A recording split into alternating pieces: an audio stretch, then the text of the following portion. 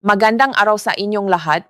Ako po si Dr. Althea Ramos at ngayong araw ay susuriin natin ang paksang, ang 3 puting lason na sumisira sa bato, kidneys, at ang 3 puting lunas na magpoprotekta dito. Alam niyo ba, matito at tita, sa hapakainan ng ating mapamilyang Pilipino, araw-araw ay palaging may dalawang makasalungat na bagay na parehong kulay, puti. Sa isang banda ay ang mga kaway na lihim na sumisira sa function ng ating makabatu, kidneys. Nakpapataas na blood sugar sa mapanghanip na label at maaring maknakaw ng ating kalusugan anumang oras. Sa kabilang banda naman ay ang murang puting lunas na madaling mabili sa palengke na nakakatulong upang linisin ang lason at labis na maprotektahan ang mga glomeruli, kidney filters. Sinasabi ko po itong buong katapatan, marami ang gumagawa ng pagkakamaling ito nang hindi nila namamalayan. Inaakala nila na lahat ng puting pagkain ay malinis at ligtas kaya kinakain nila ito araw-araw hanggang sa mapansin nilang manas na ang kanilang katawan, palaging pagod at pagdating sa klinika ay sasabihin ng doktor na nasa stage 2 o stage 3 na ang paginang ng kanilang bato kidney failure. Ngayong araw, bilang isang babaeng doktor na may 35 taong karanasan sa paggabay sa mga pasyenteng may diabetes, ibubunya ko ang 3 puting lason na sumisira sa inyong bato at ituturo ko rin ang 3 puting lunas na pamalit upang maging malusok ang inyong bato at humaba ang inyong buhay. Nakilala ko noon si Mang Jose, 62 taong gulang, na dumating sa aking klinika na manas ang 2 pa umabot sa puntong hindi nakasya ang kanyang paboritong sapatos. Palagi siyang matamlay, baksa ang katawan at hinihingal kahit ilang. Hakbang pa lang ang ginagawa, ipinatapat sa akin ni Mang Jose na simula ng malamang may diabetes siya. Naging maingat na siya sa pagkain. Hindi na siya kumakain sa mga karinderya sa labas. Puro lutong bahay na lang kanyang asawa ang kinakain niya at pinipili niya ang maputing pagkain dahil mukhang malinis at magaan sa tiyan. Ngunit makalipas lang ang kalahating taon nang pasunod sa inaakala niyang malusok na diet na iyon, hindi bumaba ang kanyang blood sugar at mabilis pang bumagsak ang function ng kanyang kidneys. Nang hawakan niya, ang resultang kanyang lab test at makitang tumaas ng husto. Ang kanyang creatinine, labis na nanlumo si Mang Jose at bakas sa kanyang mga mata ang matinding takot. Mamaya ay ibabahagi ko ng detalyado kung bakit napunta sa ganong sitwasyon si Mang Jose at kung paano niya nabawi ang kanyang kalusugan na nagpabalik sa kanyang kidney function sa ligtas na level. Kung nakikita ninyo ang inyong sarili o ang inyong mahal sa buhay sa kwentong ito, huwag kalimutang mag-subscribe sa channel upang hindi ninyo palagpasin ang mga pinaka-praktikal na kaalaman sa kalusugan mula sa akin. Bago tayo pumunta sa listahan, may isang nakakagulat na katotohanan na gusto kung maintindihan ninyong mabuti. Ang taong may diabetes ay may napakataas na panganib na magkaroon ng kidney failure mas mataas ng ilang beses kumpara sa normal na tao. Isipin ninyo na ang inyong kidney ay parang isang water filter sa bahay. At sa loob nito ay may milyon-milyong maliliit na pansala na tinatawag na glomeruli. Kapag ang asukal sa dugo ay patuloy na mataas, ang dugong dumadaloy sa mga filter na ito ay hindi na malapot at madulas, kundi nagiging malagkit na may dalang mga matutulis na kristal ng asukal na parang mga basa na salamin. Araw-araw, hinihiwangam nga salaming ito ang inyong kidney filters na nagiging sanhingang pakasira ng maliliit na ugat sa bato. Kapag malubha ng nasira ang pansalang ito, hindi na kayang ilabas ng kidney ang lason sa pamamagitan ani. Ang resulta, naipon ang mga lason sa dugo, sinisira ang buong katawan at lalong nagpapababa sa kakayahan ng kidney na maglinis. Upang maalagaan ito ng tama, kailangan nating maintindihan kung bakit ang papilingang pagkain ay usapin ng buhay at kamatayan para sa ating mabato. Ang maliit na tip ko rito, ugalin ninyong surin ang kulay at antas kali pagkaproseso ng pagkain bago ito isubo. Ang unang puting lason na siring. Haringang pagkasirang ng bato ay walang iba kundi ang pinong puting asin, refined white salt. Maraming mga Pilipino sa ganitong edad ang mahili sa maalat na pagkain. Sa hapag-kainan, laging may sausawan na patis na may sili, o toyo at kalamansi para isawsa ang karne o gulay. Nandiyan din ang hili natin sa bagong, tuyo, daing at itlog na maalat para lalong maparami ang kanin. Ang epekto nito, biglang tumataas ang sodium sa dugo na humihilang tubig papunta sa mga ugat. Pinapalaki nito ang volume ng dugo na nagiging sanhi ng high blood pressure at Lumilihing napakabigat na presyon sa masensitibong filter ng inyong kidneys. Para sa mga diabetic, ang pagkakaroon ng parehong high blood pressure at mataas na blood sugar ay parang bitay na nakaamba para sa kanilang mabato. Ang solution ay napakasimple. Bawasan ang paggamit ng asin sa mas mababa sa 5 gramo kada araw. Wala pa itong isang maliit na kutsarita para sa buong araw. Imbes na gumamit ng pinong asin o mga komersyal na toyo at patis, gumamit ng mga natural na pampalasa tulad ng bawang, sibuyas, paminta, luya at tenglat lemongrass upang dayain ang inyong panlasa. Sa ganitong paraan, masarap pa rin ang pagkain, ngunit ligtas sa katawan. Mukhang mahirap itong gawin sa umpisa, pero mas madali ito kaysa sa inyong inaakala. Kailangan lang tiyaga sa loob ng 2 linggo hanggang sa masanay ang inyong dila sa hindi gaanong maalat na pagkain. Ang pangalawang lason na araw-araw sumisira sa inyong katawan ay ang puting asukal, white sugar. Maraming matito at tita ang buong pamamalaking sinasabi sa akin na dahil diabetic sila, hindi na sila kumakain ng kandi, matatamis na tinapay o uminom ng soft drinks. Kaya paano sila makakaroon ng asukal sa katawan? Ngunit ang ang puting asukal ay palihim na pumapasok sa katawan sa pamamagitan na ating mga paboritong lutong bahay tulad ng pork adobo, humba, tocino, sweet and sour o kahit sa mga sausawan na may asukal at sa mga commercial na yogurt na akala natin ay maganda sa tiyan. Ang puting asukal ay hindi lamang nagpapataas agad ng blood sugar pagkatapos kumain. Lumilika rin ito ng mapanganib na chemical reaction sa katawan na nagiging sanhingang pamamaga, inflammation. Kapag pumasok ang asukal sa dugo, kumakapit ito sa mga protina at gumagawa nga mga nakalalasong compound, AGS. Kung saan man mapunta ang mga compound na ito, sinisira nito ang masalula, lalo na ang pagpapatigas at pagpapakipot ng mga ugat na patungo sa kidneys. Ang pinakamabisang solusyon ay tuluyan ng alisin ang garapon ng puting asukal sa inyong kusina. Isang bagay na bihira ding banggitin, ang natural na tamis na galing sa mga gulay tulad ng sibuyas, singkamas, at sayote kapag ginawang sabaw ay ligtas, banayad, at nabibigay ngang mas malalim at masarap na lasa kumpara sa artificial na tamis ng asukal sa pabrika.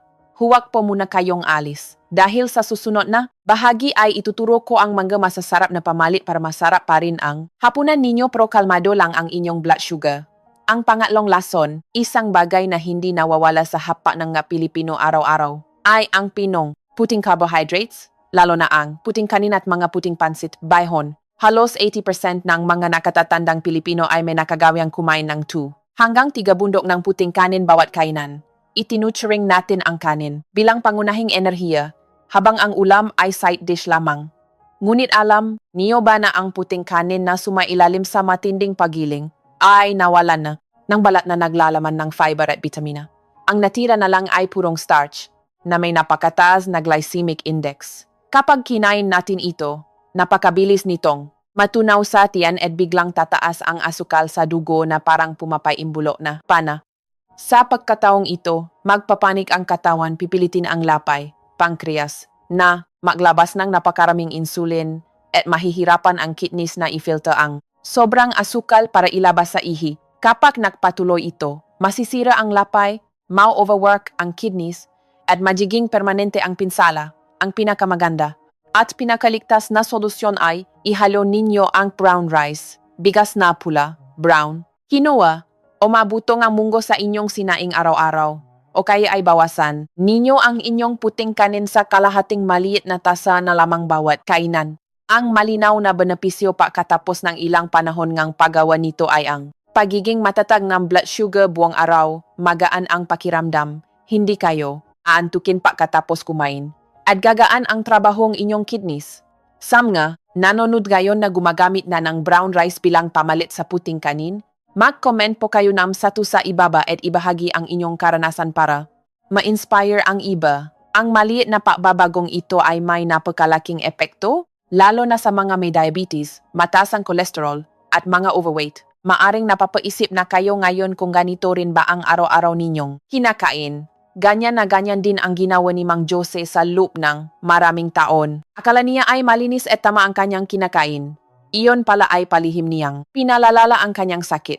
Ngunit sa kabutihang palat ng mapatanto niya, ang kanyang pagkakamali sa pamamagitan ng iking payo nagkaroon siya ng lakas ng loob na baguhin ang kanyang buong lifestyle. Ang magandang balita ay ang ating katawan, lalo na ang ating mga internal organs, ay may nakakagulat na kakayahang pagalingin ang sarili kung alam natin kung paano ito ayusin sa pamamagitan ng malilit na pagbabago sa araw-araw. Kailangan niyo lang lakas ng loob na tanggalin ang 30 puting lason sa inyong hapeg at ipalit itong 30 puting lunas. At ang mafiltering inyong kidneys ay malilinis at muling lalakas. Ang unang puting lunas ay ang puting labanos, white reddish, sa larangan ng Eastern Medicine. Ang labanos ay tinaguri ang ginseng ng rataglamig, naglalaman. Ito ng maraming tubig at mga mahalagang compound na nagsisilbing natural na pampahidi-uretic. Napatunayan din ng modernong siyensya na ang labanos ay tumutulong na paramihin ang ihi para hugasan at ilabas ang dumi, uric acid, at mga lason na naipon sa urinary tract. At ang pinakamaganda, hindi nito sinisira ang electrolyte balance ng katawan tulad ng potassium. Napakahalaga nito dahil ang matagalang painom nga sintetikong gamot na pampaihi ay maring maktulot na pakbaba na potassium, pakapahot, at pulikat, pero sa labanos makakasiguro kayong giligtas ito. Bawat linggo mari kayong gimagluto NG, sabang labanos na may counting giniling na baboy o mano o kaya ay ilaga lang. Ito at inumin ang mainit na sabaw nito. Ang tamang dami ay nasa 150 hanggang 200 gramo ng sariwang labanos para makuha ang pinakamagandang epekto. Kung ang unang lunas ay parang malamig na tubig na nahuhugas sa ibabaw na kidney, ang pangalawa naman ay naglilinis ng malalim mula sa pinaugatan upang protektahan ang bato. Pangalawang puting lunas, ang puti ng itlog, egg, whites. Napakamura at napakadaling hanapin. Naintindihan ko po na ang mga pasyenteng may kidney disease ay takot kumain ng protina dahil baka tumaas ang kanilang urea at creatinine. Toto na ang red meat tulad ng baka o tupa ay mataas sa protina ngunit napakataas din sa phosphorus.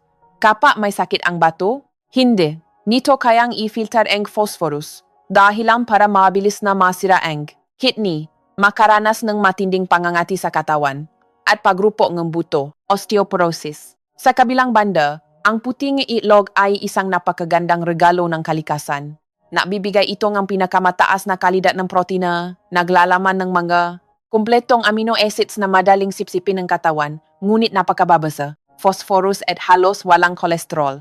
Tinutulungan nito ang pasyente na magkaroon ng sapat na nutrisyon para mag-repair ng mga cells at panatilihin ang muscles nang hindi binibigyan ng pabigat ang inyong mga kidney filters. Dati, ugali ni Mang Jose na kumain ng baka para raw lumakas ang katawan niya. Nang makine siya sa akin, pinalitan niya ito ng 2 nilagang puti nga itlog. Tuwing umaga, ang dilaw ay ibinibigay na lang niya sa kanyang apo dahil sa maliit na pagbabagong iyon. Matapos ang 2 buwan ng makpa-blood test, siya, malaki ang ibinabang ng kanyang creatinine at nawala ang panginginig at pagkapagot ng kanyang katawan. Pero baka may magtanong, doktora, hindi ba nakakasawa kung araw-araw puting ang itlog ang kakainin?